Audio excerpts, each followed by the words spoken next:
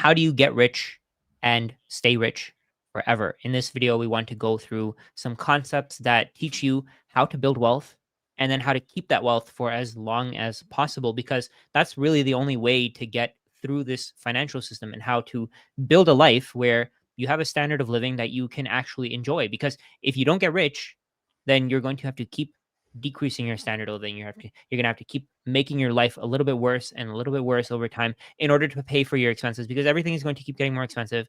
And if you're earning a salary, then your salary is not going to increase as an index to whatever your expenses are. So if your expenses go up and your salary doesn't go up, what are you going to cut out in order to be able to survive? So in this video, we're going to go through how do you get rich and how do you stay rich forever so that you never have to think about money again. And before we get into that, just a quick introduction of who we are. We are Maple Bitcoin. I'm Forrest, Jor, and Rajat. And we are Bitcoin educators. And we also have an exclusive school community. If you guys want to check that out, there's a link in the description. We have a lot of exclusive content on there. And we do a weekly live stream where you can actually talk with us and ask your Bitcoin related questions. And we'll maybe talk about that more at the end of the video. But let's get back to the subject at hand here. And it is incredibly underpriced right now. So if you're watching this right now, join while you can, because we just had a conversation about 5 minutes ago talking about how low the price is. So yeah, we'll have more information on that. But let's get into this, boys.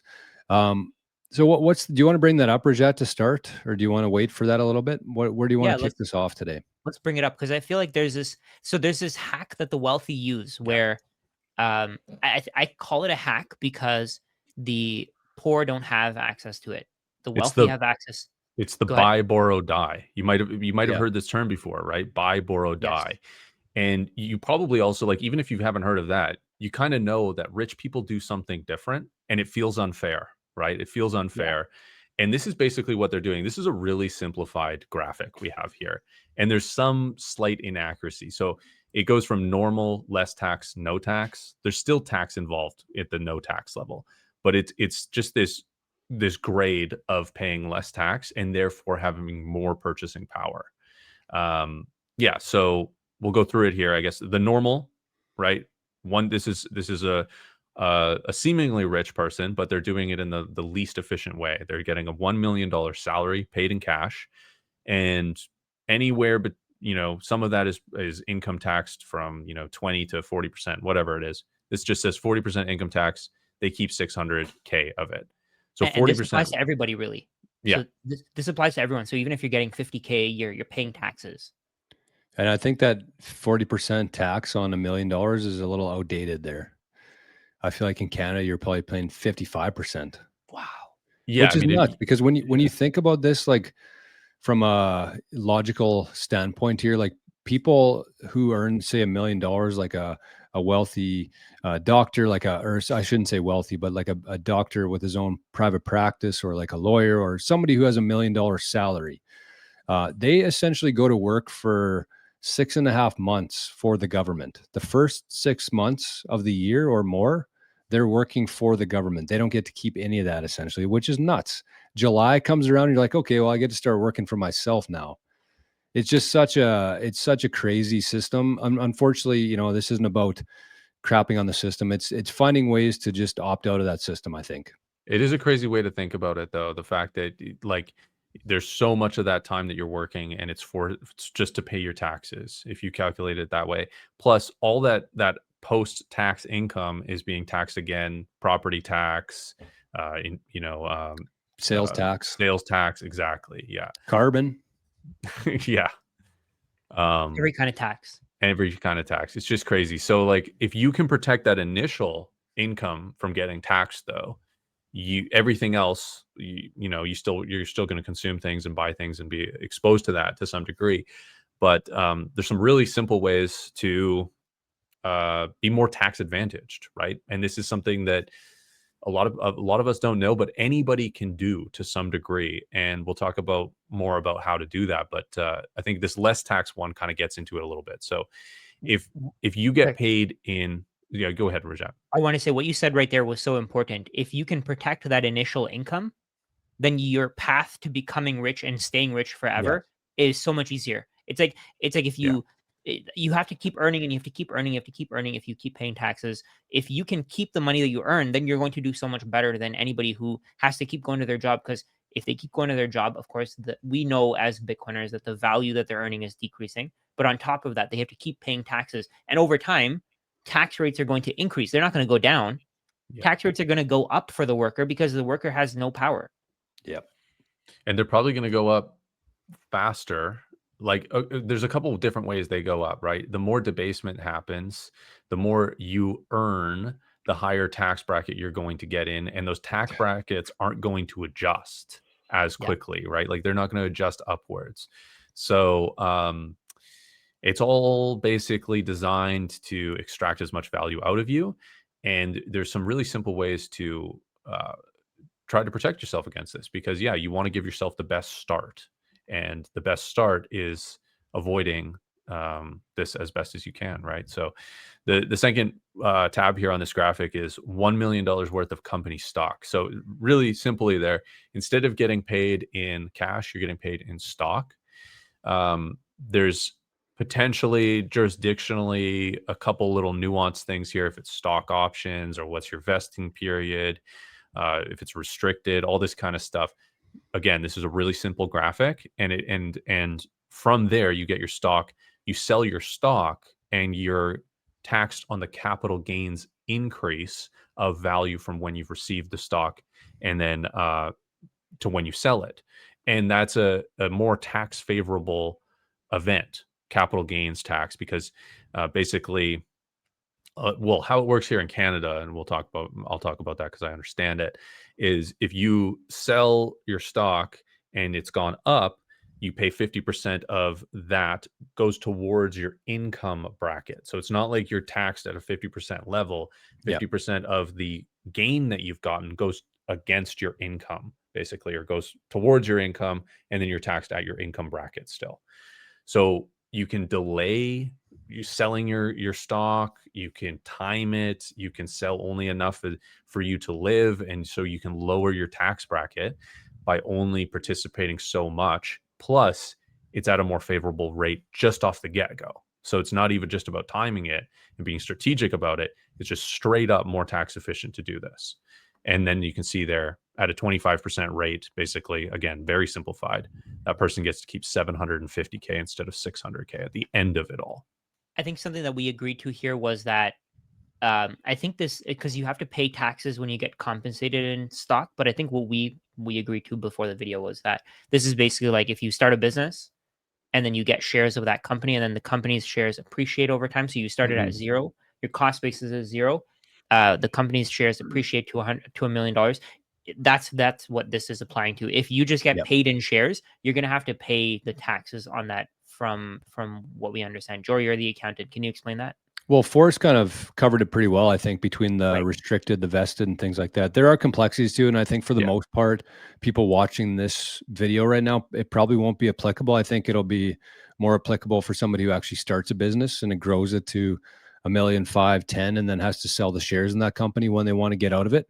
I think that would be much more applicable. But yeah, I mean, I'm not a CPA anymore, so I don't want to give any tax advice on the channel here.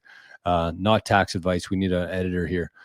But yeah, I think that sorry, go ahead, Forrest. Yeah, I just think one other thing here too, like, you know, if we really get into it, what this is talking about is that you have tax advantaged as an investor because you're holding those stocks and selling the stocks as capital gains. So that's sort of an investor type move as opposed to being an employee, right? And there's that rich dad, poor dad, 4 squares of being an employee, self-employed. These are kind of the least efficient ways. Then on the right, you have investor and business owner. So as Rajat said, if you're a business owner and you've created a successful business and you've taken stock and that's gone from zero to $1 million worth, then there's really no other tax implication there. But if you've received, why is he throwing up the L? That's hilarious. Well, he's got the loser for the okay, the active there for the active side. Yeah, okay, that's hilarious. I just thought he was a fan of All Star, maybe.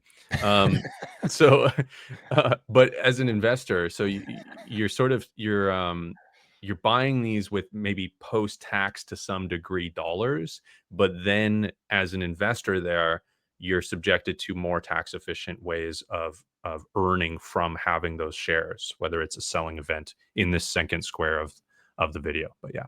So I think the key here is that when you're earning money from a job, you're getting taxed as you get it, as you get paid. That If money you doesn't earn, even touch your bank account.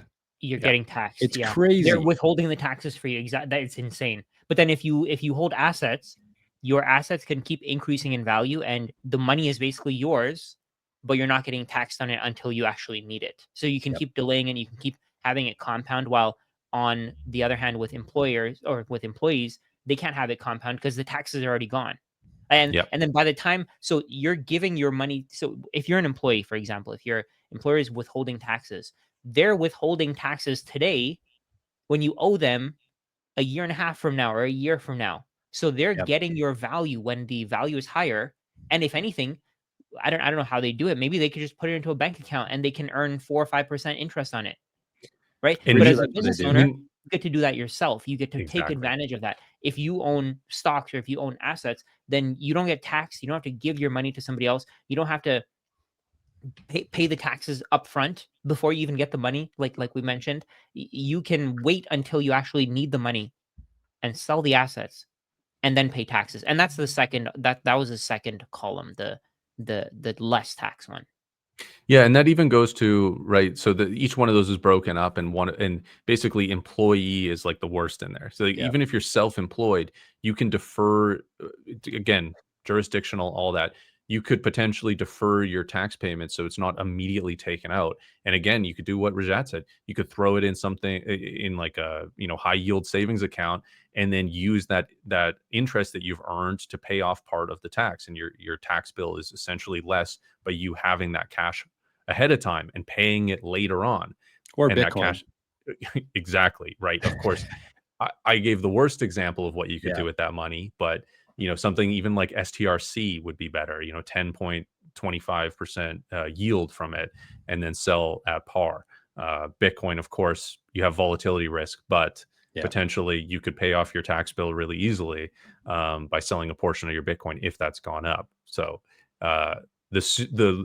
the late, so even being able to choose when you pay taxes is a huge advantage. Yep. And you The- don't really have that advantage as an employee. So one thing I wanted to mention is because I'm self-employed, because I'm paying my own taxes, I get to choose when I pay my taxes. Um, Something that I did was in 2022 when Bitcoin was down significantly, I intentionally chose to pay the interest to the CRA, which was at like 7-8%, and I bought Bitcoin with that money, and then I made payments to the CRA over time. So that Bitcoin has gone up like 5 or 6 times in that period, and I just paid them with money that I kept coming in. Money kept coming in. I kept creating more and more value. I kept paying the CRA, and I paid that 7, 8, 9%, whatever the interest rate was, and I was perfectly okay with it. But then I bought Bitcoin with it, which had it's wealth for the future. So as somebody who's self-employed or somebody who has a business, you get to choose how you take how you pay your taxes when you pay your taxes. And I know Yeah. that a lot of people will probably look at me and say that I'm crazy for paying the interest, but I think it was the best decision that I ever made. And a lot of people are really scared to do something like that because it Yeah. involves the government and taxes and Yeah. everything. They're And I scared. I understand that too, but yeah.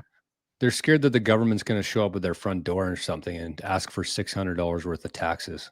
And I guess the IRS is a little bit more, scary, I would say, in America than the CRA is. But yeah, I'll just stop talking now. Maybe Apparently, if you have an agreement with the IRS, they hit your credit, Yeah. yeah. but with the CRA, they don't. Yeah. I mean, yeah, these dogs have a varying degree of actual fangs or not. Maybe Yes. they just bark. Yeah. Yeah.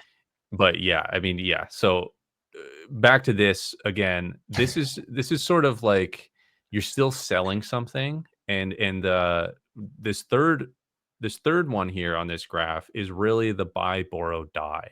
Um, and this is earning. So again, this is we're kind of going off this graph, but somebody could earn, however, hopefully the most efficient way as possible, but then buy something that continues to go up in value, an asset, and borrow against that asset. That's basically what it's showing here. So company stock then uses that stock as collateral to borrow money from the bank.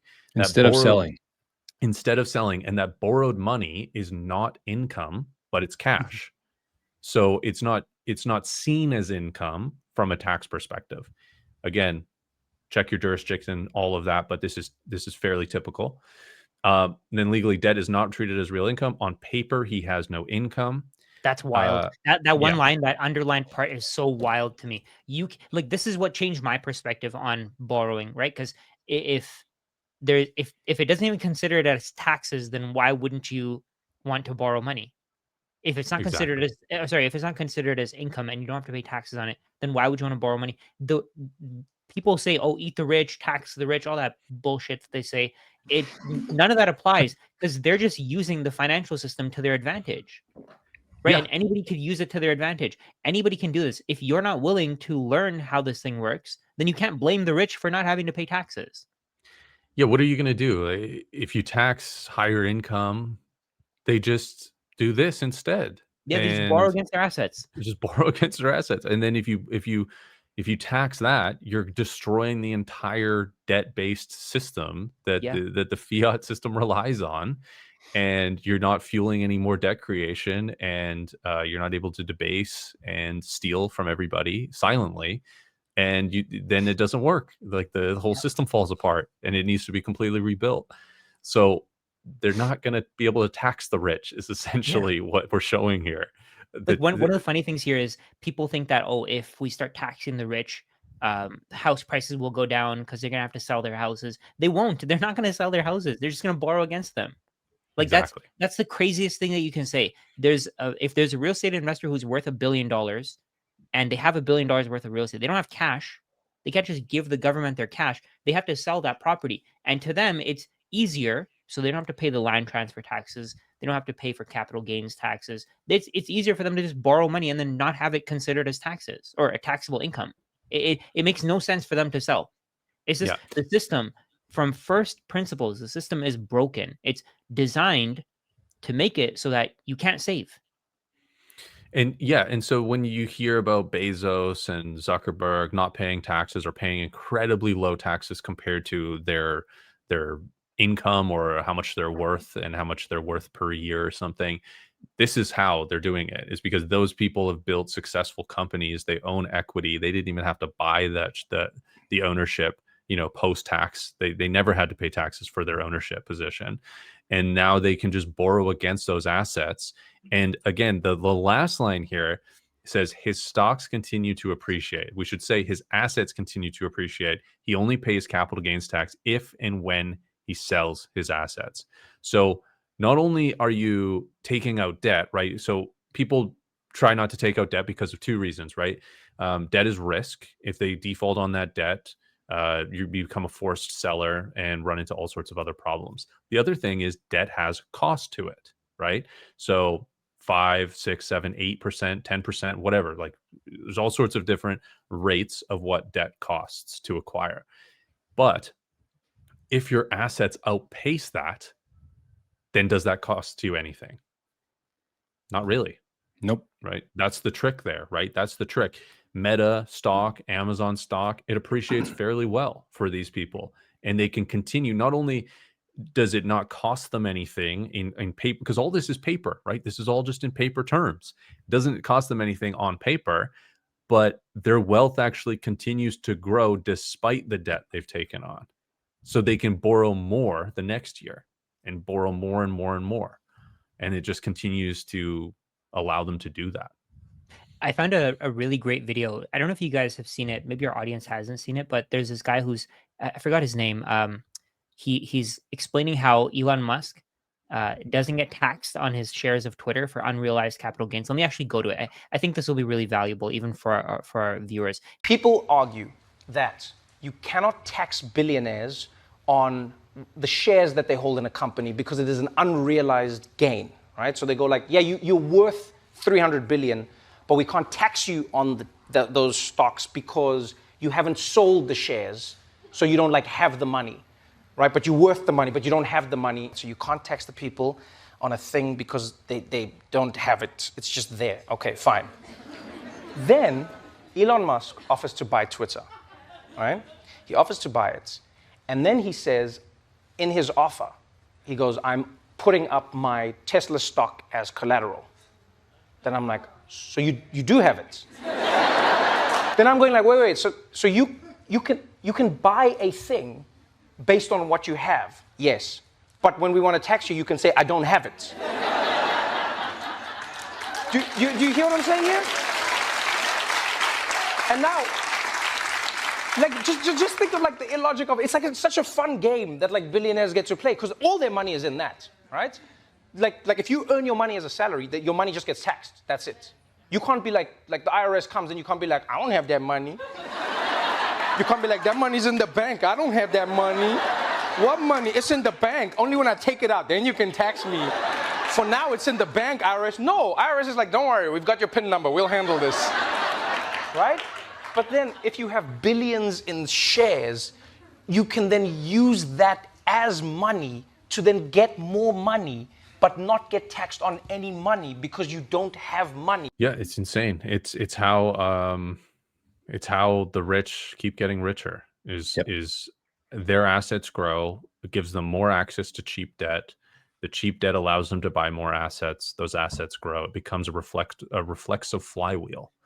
This is how they do it. This is how it works. And it's kind of like the people will do this with houses, right? Like a lot of people think of their home as their investment, as their asset. They buy a home, they get a mortgage, they pay off their mortgage as much as they can, and then they might use that equity in some way. Like if they take out a loan somewhere, they'll secure it by the fact that they own this house, or they'll do a HELOC, a home equity line of credit, to be able to do a renovation, right? So these people are tapping into debt from their asset to acquire cash to do something that they deem valuable. So they're doing it without realizing necessarily that they could be doing it much better and much more efficiently. But it also is very typical for like middle upper class to do this with their homes, but middle lower class, how can they do that if they don't own a home, right? Yeah. Like this is kind of the thing. If you're not Zuckerberg, if you didn't invent Meta and Facebook and steal it from the twins or whatever the hell happened there, you don't have anything to borrow against, right? You don't have any assets, right? This is where it comes down to like, how can anybody do this? And to me, that's where Bitcoin comes in, right? Bitcoin is the asset that you can buy $1 worth. You can buy $5 worth, and you can own that asset, and you can use that asset, basically borrow against it and get debt, regardless of your credit score, and so much more, right? Bitcoin is that level playing field for people to be able to start doing this themselves at any level. So if people are thinking through this right now, because there's, people might be watching this and saying, well, I'm not Elon Musk. I don't have the ability to buy Twitter. I don't have shares in this or whatever.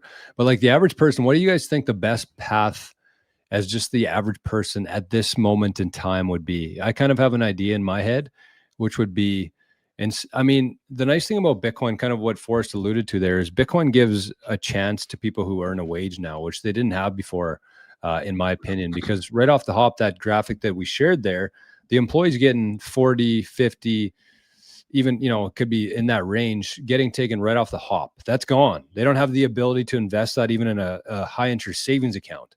So they kind of start out at a disadvantage right off the hop. But I still feel like if they put their take home, they get paid, they pay their expenses, they pay their bills, whatever they have left, if they put that into Bitcoin, they actually have a fighting chance at actually growing something of meaning. And kind of my prediction on this is about 8 to 12 years, 2 or 3 Bitcoin cycles. If you can just stack Bitcoin and live within your means, I think that people are actually going to be very surprised of how much wealth they have. And then they can start tapping into the strategy of lending against that Bitcoin. Because that's the other part here too. I think that somebody might be listening to this and saying, well, I'm not just going to take a loan against my Bitcoin because then I'm going to have to pay an interest rate. I also have other money coming in that's going to be impacting my tax return. But kind of what we're talking about here is if like you were forced to sell some of your shares in something, that's when you'd be getting taxed anyways. So I think like the ideal path here for somebody, if you could design it perfectly, would be to start your own business, whatever skills you have, start your own business. There's never been an easier time to do that than today. Live within your means. The nice thing is, like, let's say you have $30,000 worth of income on paper. You could probably find $30,000 worth of expenses within your life. If you just say, you know, I'm driving here for this, or I'm eating at this place for business, or I'm buying internet for this, like all of a sudden you unlock all these different things that I don't think people really understand are such an advantage to business owners. And then you keep adding value, you know, you maybe offset your income a little bit, but then in the future, maybe in 10, 15 years from now, that's when you maybe can stop work and slow down a bit. And that's when you can tap into this resource that we're talking about here, which is borrowing against the assets that you've accumulated for that 10 or 15 years without paying any more tax forever on that. Like Yeah, that's huge. and it compounds so quick. Like you can go for, if you put $1 a month into Bitcoin, at some point that's going to buy a house. That's Right, so real. crazy. At some point. It's insane. It might take you a long time. It might take you like 50 years, but $1 a month, that's crazy. And it will happen. At some point, that $1 a month will buy you a house. And it, like we said, it sounds crazy. It sounds absolutely insane. But I just did the calculation quickly. In 38 years, it'll buy you a house. $1? $1 a month. Oh, a month. So you keep buying $1 of Bitcoin a month. In 38 years, it'll pay for that house in cash. It'll be worth the same amount as that house. But you also wouldn't sell it. You probably wouldn't sell it. Let's say, for example, you borrow against it. You borrow against it, you put down a down payment on that. You have a down payment for a house when otherwise somebody would be saving like $5,000, $3,000 a month to pay the down payment in 5 years. And then they'd have the mortgage for 30 years. And imagine if you're putting $100 a month. Yeah. $500 a month, $1,000 a month. There's a lot of people out there that I think the biggest issue that employees have, somebody who gets a wage or a salary, other than the fact that they only get paid when they're there, other than the fact that the government takes half of it before it even touches their bank account. But the other part of it too is that with the, what were we talking about there, Rajat? I had it in my mind, then I had two other things pop into it there. The buying the house? Oh, that's what it was. As their wage goes up, so let's say they get a nice raise or a nice bonus, they usually just upgrade their lifestyle so they don't get any further ahead. Yeah. And so I feel like if you could actually commit yourself to saving X amount every month and putting that into Bitcoin instead of upgrading your lifestyle, if you could just get through 5 or 10 years of that, you're not going to have to worry about money ever again. If you're doing this properly, and that's kind of what the message I think that we're hoping to get across here is that the world of working for 45 years and letting the government hold your pension and hope they give you some scraps at the end of it, those days are gone. Mm-hmm. You don't have to wait 45 minutes to unlock that, and you shouldn't. And that never should have been a world that we live in. But now you can actually, if you take this seriously, work for 5 or 10 years at a job or your own business, save the excess in Bitcoin, you have a real shot at a very wealthy life on the other side of that. And one of the crazy things here is that people think, oh, pensions are so secure. They're the best way to go. I'd rather not invest myself because I don't want to do the wrong thing. Your government's already doing the wrong thing. Yeah. But whatever you're going to get is going to be worth significantly less than whatever you put in. So let's say, for example, in 30 years, Social Security today is what? Maybe let's estimate it's $2,000 a month. In 30 years, maybe it'll be $4,000 a month. But what are your costs going to be? Yeah. What if your rental, what if your property tax on your house is more than $4,000 a month? How are you even going to survive by keeping that property? Well, these things are all unfunded. Like, like a government pension is completely unfunded. Like they plan to give it to you. They're not actually going to. They plan to. And then if they were to manipulate, let's say, for example, they said CPI was way higher than it actually is, people are going to go crazy. And that's the only way to accurately increase your Social Security payments. If you don't have an accurate CPI, then everything else that comes out of it is garbage. And this goes back to that concept: garbage in, garbage out. You put your money into a garbage pension fund, you're going to get garbage back. You put your money into a garbage index fund, you're going to get garbage back. You put your money into a business that isn't doing the right things, you're going to get back nothing. So if you rely on your government, it's basically like you're putting your money in a trash can. You're expecting it to come out as gold. It won't. And everybody does it. Yeah, everybody does it. It's the status quo. And it's a lot of it's because they have to, like they're kind of forced into it.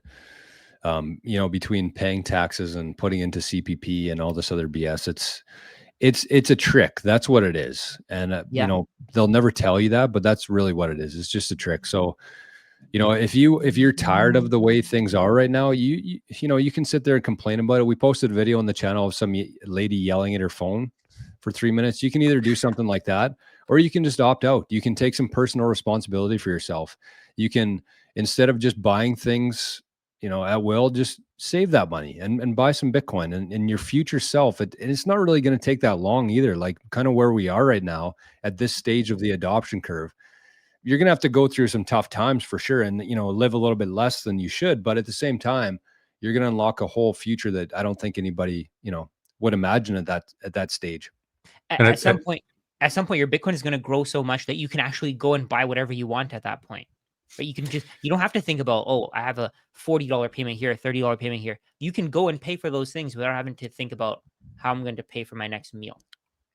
Yeah, and Jory, you said something there. Just you're just save a little bit is what you said right at one point, and I think coming back to like why Bitcoin is the answer for everybody to be able to do that is what Bitcoin is designed for. It's not a speculative investment. It's not a business you're investing in. It is money. So if you just save in sound money, you're going to be able to purchase more in the future because of it. The thing that we can relate that to is maybe gold, right? Like gold has been sound money in the past.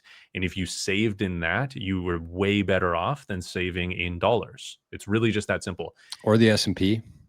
I mean, yeah, the S&P now, I mean, it's had times of underperformance, all this,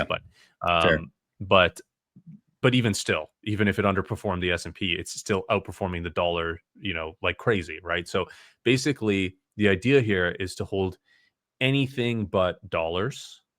And Bitcoin is just going to be the best performing out of any of those others without taking on outsized risk that you could with investing in some company that buys Bitcoin or some AI company, some high flyer, some meme stock, whatever. Like these things are crazy risky compared to Bitcoin, right? And you can unlock your liquidity with something like Bitcoin. It's a pristine asset and is quickly becoming more recognized as such. And I think that, this idea, right, that coming back to sort of the buy, borrow, die, if you buy Bitcoin, you can borrow against it for fiat, and your interest rate, right, is it doesn't really matter because, well, it doesn't matter because of two reasons. Because your Bitcoin is going to outperform that in raising against the fiat value, and the fiat is going to be debased at a similar rate to the interest rate that you're paying as well. So with that, as time goes by, as you have to repay that loan, dollars are easier to come by.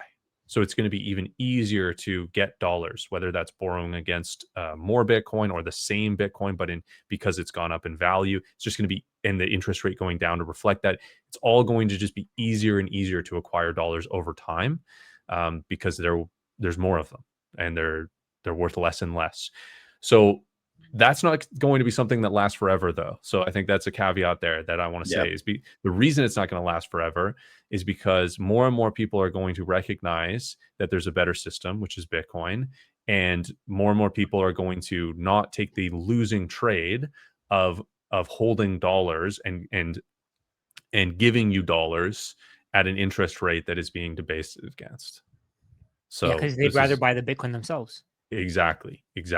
And then on top of that, so there's that, everything you just said. And then on top of that, more and more people will do this, and they'll hold on to the Bitcoin and they won't sell it. And then they'll borrow against it, and it'll just decrease the supply of Bitcoin. So over time, one of you guys mentioned this before, over time, you're going to have to pay smaller and smaller. You're going to have to use smaller and smaller amounts of your collateral to pay back your debt. Yes. Like at one point, maybe you use 1 Bitcoin as collateral. At some point, you'll need to sell 0.1 Bitcoin to pay back that loan. Right. And then at some point, you'll need to pay back 0.05 Bitcoin worth of fiat. Then at some point, 0.01 Bitcoin worth. So if you started with 1 Bitcoin as collateral, you get to keep 99% of that Bitcoin and pay back the loan with 1% of your stack. When you pay back that loan, you're selling that tiny little bit of Bitcoin into the market, and it's much less than if you had paid it back initially with that huge amount of Bitcoin. So less supply on the market having less of an effect on the market price going down as you become a seller to pay off your loan. But even then, the lender may not even want the fiat. Maybe they don't even want you to sell the Bitcoin, right? Maybe they'll just take the Bitcoin as a payment and they'll keep the Bitcoin. So where's the when is the Bitcoin ever going to be sold? It won't. That's one of the flaws of the system, right? That's exactly what's happening with real estate. People think that taxing the rich is going to help with decreasing house prices, but it's not. Because like we mentioned in that picture, they'll just borrow more money against their real estate to pay back the taxes. Exactly the same thing with Bitcoin. So I think the central flaw here isn't assets. It's not taxes. It's not the fact that that wealthy have this advantage. The flaw is the money. The money is the flaw. The fact that somebody can print money out of thin air and they can pay you with it, that's the flaw. That's what you want to get rid of. That's what you want to get away from. That's how you get rich and you stay rich forever. You don't go back to that money. You keep those assets because you know that those assets are going to be worth more and more of that money over time. And eventually, because fiat currencies really have no value, the world, I at least I think, the world will move to a Bitcoin standard. Because otherwise, anybody who doesn't move to a Bitcoin standard keeps having their wealth stolen from them. And what you said there is so key, that the money is the problem. And if you look at that graph, what is the first thing to get to pay less, right? What is the first thing that changes is you don't receive money. You don't receive dollars. You receive stock instead. Yeah. You just, or have to get taken from you right off the hop, which then you lose that money. Yeah. Get rid of the dollars as quickly as possible. That's what all the rich people do. They don't hold any money. Even the money that they borrow, it's this reflexive flywheel where you could borrow money, dollars, from your collateral, pay your living expenses. If you borrow more than you need, you just buy more assets with those borrowed dollars. And now you have more assets to borrow against when you need to in the future. And those assets are increasing in price. You become cash poor. There's all these people that are like house poor and car poor, where like all their expenses go to paying their mortgage and their car payments and stuff. But it's like, you actually want to be asset rich, cash poor. Yep. Because cash is losing. You do not want to hold cash. And the thing for me that I've noticed when I look at around my friends and family and stuff like that, people who aren't necessarily into Bitcoin yet, is like, there's really no incentive to save. Because some people might take home, let's say $200, maybe if they're lucky. Like with the rate that things are going up at right now, some people might even be breaking even or actually having to tap into debt. So both husband and wife are going to work and they still don't have enough at the end of the month. And even if they do, let's say it's $200 and they put it into an investment account, like a 5, 6, 7% account, they're still losing to inflation. And so it's like, what's even the point? And so what do? They go out and they go on Amazon, or they go on, they go blow it at a night out somewhere, because there's just no incentive to save. There's no reason to, because no matter what you put it in, you're going to lose. So it's like, why don't I just go out and enjoy my life a little bit more? Well, yeah, I mean, that's the logical play. But when you discover what Bitcoin is and how powerful it is as a savings tool, then you have a little bit of reason to, stash that away. You might even start selling the things that you bought on Amazon last year because you don't need them anymore. And you want to buy more Bitcoin because you see a brighter future because of those sats. So I think that's a huge shift here, is that people are just learning how to save again because it actually makes sense to finally. Yep. Yeah. Yep. And you never have to, maybe way in the future when there's no fiat anymore, you'll have to sell your Bitcoin when you want to buy stuff. But right now, there's no point in ever selling your Bitcoin. Really, you could borrow against it. You can choose to, and if you do choose to, you'll have capital gains tax, and you'll be in that second bracket. You're still not in that first bracket, right? So even there, it's still more tax efficient than just getting paid in cash and having income. And what causes the price to go up and to go down? It's when the price goes up, there's less sellers than buyers. When the price goes down, there's more sellers than buyers. So what happens here, as more and more people have access to this knowledge and have access to lending facilities where they don't have to sell their Bitcoin anymore? Well, there's less selling, which means that when you combine less selling with a truly scarce finite supply, which is Bitcoin, then there's really going to be no reason for this asset to go down in the future. That's kind of how I see it now. Like the last couple cycles, what happened? People got scared or they needed to pay some bills, so they sold their Bitcoin. But as more and more people are lending, like Ledden and more banks are probably going to start doing it in a couple of years, as it becomes more ingrained within the current system that we have here, people are just going to have no incentive to sell their Bitcoin. So if nobody's selling and they can't create more Bitcoin, what happens? Like the price goes up. The exchange rate, I should say, goes up, and whatever dollars you have, you're just going to be able to get less and less sats over time. That's the key there, I think. Yeah, it's Bitcoin is just completely set up for the squeeze of the century.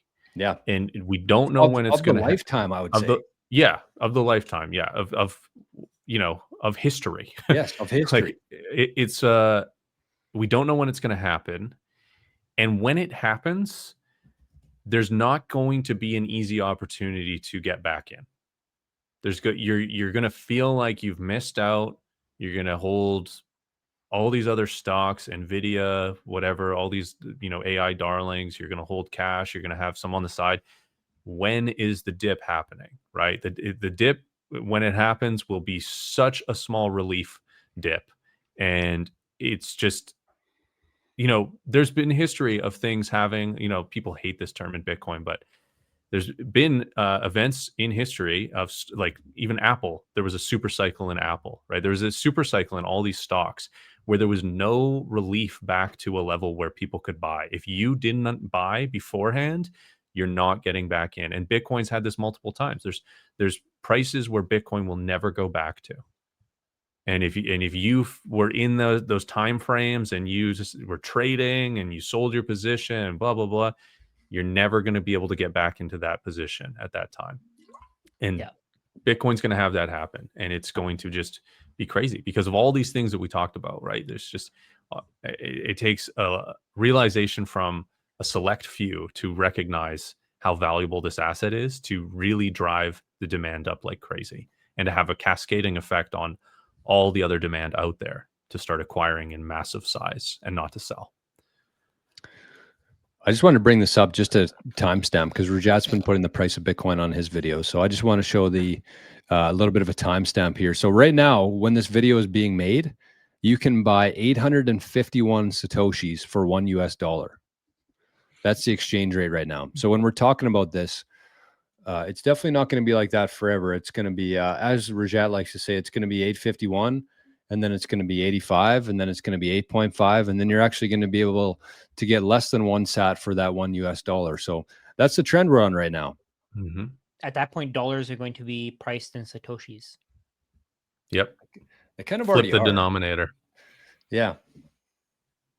Super interesting though. So one thing I was going to ask you guys is like, everybody asks, how much Bitcoin do I need? And, one of the theories that I've changed my mind on is I really don't think that there is a number. But having said that, we are still at a position now where I feel like if somebody has a decent amount of Bitcoin right now, and you want to get to, let's say you have half a Bitcoin and you want to get to one, there is definitely a way to do that through lending against your Bitcoin, just like people in real estate who will buy a house, pay it down for 5 years or so, get some equity in that house, and then they take out that equity and then they go buy another house. And their house one goes up in price, it appreciates. Their house two goes up in price, it appreciates. And so they capture that appreciation in equity, and then they go buy a third house. And essentially, because the market has been going up forever, their equity goes up forever, and they can keep taking out that equity and buying more houses. And I feel like there's a strategy to do that with Bitcoin now, except it's much less risky. There's much less involved. You don't need to be an accredited investor. You don't need to have X amount of money. You can kind of just start doing this right now. And that's a cool thing about lending with somebody like Ledden is there's no credit check. You don't need to be an accredited investor. You don't need to have a credit score of anything. You just need to have Bitcoin, which is really revolutionary, I think, in itself. What are you guys' thoughts on that? Have you thought about that strategy? Are you doing it? Do you think it's safe to do that? I think there's risk involved in the short term. You have to be able to make sure that you can handle drawdowns, and I think that's maybe the difference with like a house, right? Is your house can go down in value, and it doesn't. the bank isn't going to come knocking as long as you're still making your payments. But people have been doing this with their stocks in margin accounts, and there are margin call, that they need to avoid by topping up equity or putting in more capital or holding more assets. So it can definitely be done, and it can be done really simply and really easily, as you stated. And I think you need to analyze the risks and do this with a percentage where you can withstand any reasonable drawdown and really protect yourself in that way. And of course, then you receive that cash, you buy more assets, and you continue to do this flywheel. And yes, I have done this personally. I have done this, and it is working just fine. And the other thing I would say there, you kind of started that talking about like the question is like, how much Bitcoin do I need as an individual? It's probably a lot less than you think you need, Yeah. but you should probably get more anyway, because why not? Good answer. Yeah. I think going off that, Forrest, the lending against the Bitcoin there, I think that you said have a certain percentage allocated, like don't go crazy with it, right? So I think you can actually Rajat's got a bunch of great spreadsheets. Forrest might even have a website that does this now, but I'm sure you could take and figure out how much Bitcoin you have now, set a goal of how much you want, and figure out how long it's actually going to take you and how much you're actually going to have to risk. But here's the key to it is that because it is more risky right now, because there is still the chance of a drawdown and essentially you losing your Bitcoin from a margin call or something like that. That's the opportunity here. When that risk is gone, you're not going to be able to do this strategy anymore. Exactly. That's so true. That's so true. Yeah. You have to take risk to get reward. And it doesn't mean that you need to risk it all and bet the farm and do, take out the cash and then buy some shit coin that needs to moon for you to be able to pay it back, right? Like, this is all within reason, and this is all with Bitcoin. I would just do that personally, and that's what I've done personally. Yeah, just within reason and with Bitcoin. Yeah. What are your thoughts, Rajat? I agree. I mean, if you're borrowing if you're borrowing fiat against your Bitcoin, there's no way for you to go wrong, right? And I mean, in the short term, you might. Yeah, that's what you got to be. Anybody borrowing fiat, if you're doing it at a reasonable interest rate, you're not going to go wrong. That's the way to go. Have you guys read the fiat standard? Yep. Where he basically says how in this system, people who borrow money are the ones who do the best because the money is just being created out of nothing. So why would you want to work for money? Exactly. The thing is here is if you can do this strategy and buy, rotting lumber and drywall that's falling apart and it works there, you can do this and buy pristine digital capital that is protected by the biggest network in the world and has a massive adoption cycle ahead of it. Like, what are those between those two things? What do you think is going to be better, right? Like, it's a no-brainer.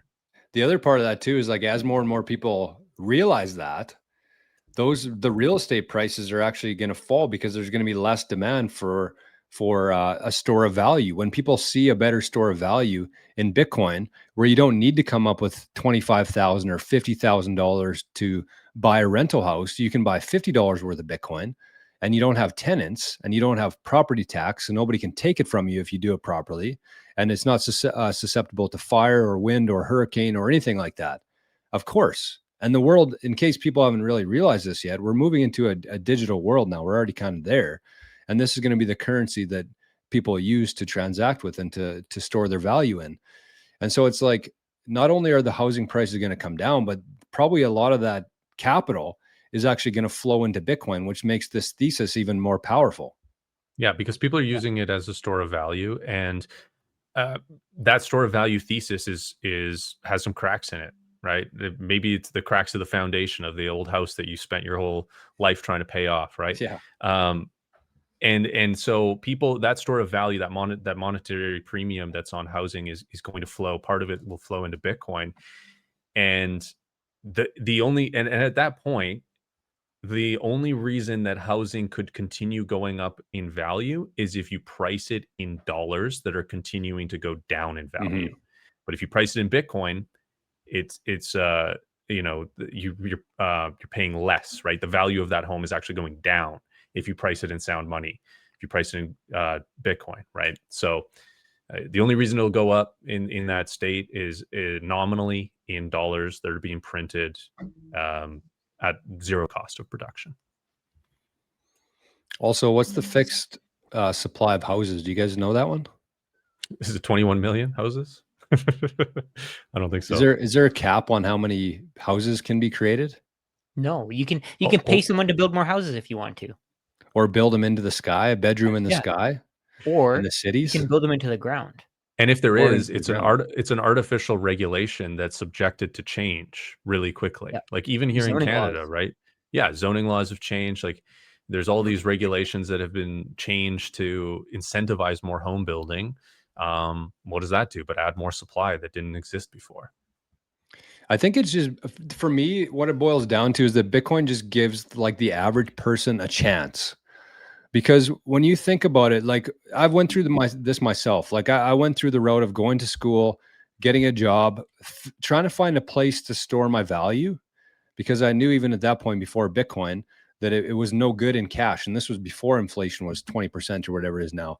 But I had to save. And that's, I feel like when people go down that path, maybe they take that $200 a month and they put it into a savings account that they're trying to save for a down payment.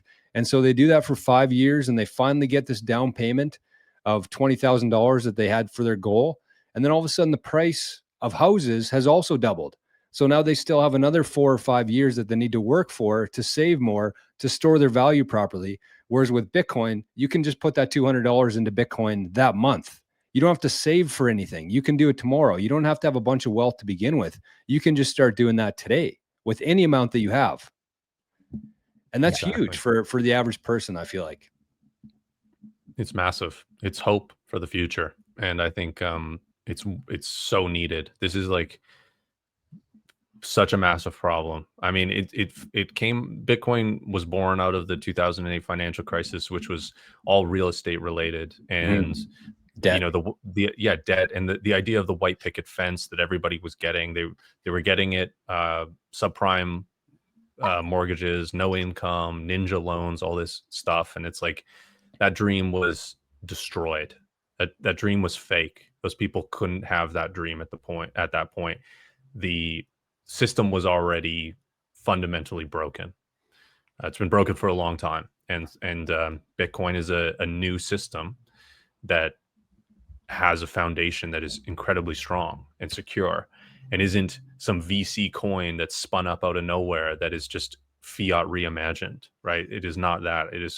That's why my channel is called Bitcoin, not crypto. Right? Is Bitcoin is the most secure network, and that will draw the most capital in, the most users, and have the most network effect, because protocols are unlike any other technology in that way. Send it off there. Yeah. I think the last thing I was going to say, I feel like there's probably going to be a couple different people that watch this video just because of the title. And I think that if you're somebody who's not really familiar with Bitcoin or have the conviction that we have in Bitcoin, I wouldn't wait to try to figure it out. I would just start allocating to it now. And when you have some skin in the game, you're going to start learning about it. You're going to pay closer attention to it. You're going to have the same conviction that we have after being in Bitcoin for years. But if you wait, you're just going to end up with less sats. We've seen that so many times where people are like, okay, well, I'll put 1% of my savings into Bitcoin. And then all of a sudden it runs away from them. And they're like, damn, I wish I would have put 50% into it or something like that. So that's what I would say. If you're watching this without owning a bunch of Bitcoin, just start. Don't try to figure it out first. But if you do have some Bitcoin and you do want to use this strategy, I think that it's something you can, if done properly, you can increase the size of your Bitcoin stack significantly if you're responsible with it, if you know what you're doing, and you already have kind of a stack built up. But again, there is risk involved. As the risk goes down, the opportunity also goes away with it. So do you guys have any closing thoughts before we close it off? Yeah. I'll just say, if all of this is new to you, and if we started talking about Bitcoin about halfway through here, and maybe you don't know much about Bitcoin. I mentioned the school at the beginning. I just want to re-mention that, because all of the information to learn about Bitcoin, about lending, all this stuff is available somewhere, but you have to search it all out. It's going to take you a lot longer. the time to learn is now, and we have condensed all that knowledge in our school community. So that's what you're paying for. You're paying to join a community with 150 plus other people that you can field your questions to, and you can get direct contact with us as well and field those questions. And there's also a ton of condensed information, so you can learn really quickly, and you can learn all the mistakes and not make them that are going to cost you money. And you can do this through the free trial on School. Try it out. 7-day free trial, and from there you can see if the value is worth it for you, which you will find it is, to continue with the membership. So again, check that out. It's school.com/maplebitcoin, or the link in the description. And thanks everyone for watching. And if you're looking for underpriced assets, that is one of them, because I'll give you some really quick math here. The three of us all do one-on-one consulting with helping people buy Bitcoin, secure their Bitcoin, figure out a plan, what to do with their Bitcoin.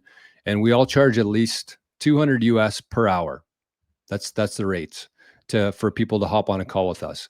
And every week within the Maple Bitcoin School community, we do a live call where you can hop in and ask us questions just like you would on a one-on-one session. It's a little bit less private, obviously, but it's $20 some a month versus $200 per hour. Plus you get the content, plus you get the community, and you get a live call with us every Friday after our live stream. Yeah, it's kind of like a crowdfunded consulting call. Yeah, right. Like everybody's paying a little bit, and then they have access to it if they want. Yeah. And I think we have some pretty great insights in those too. Yes. Oh yeah, that's what I was going to say. Crazy Things that we don't really talk about on this channel. Yes. Very true. Well, thanks, fellas, once again for another great episode here. Hopefully people got a ton of value from this. If you have and you want to send some back, you can use that QR code right beside Forrest's head there. Make sure to check out school.com/maplebitcoin. We'll have all these links in the pinned comments and in the show notes for you. So thanks for watching, everybody. We'll talk to you on the next one.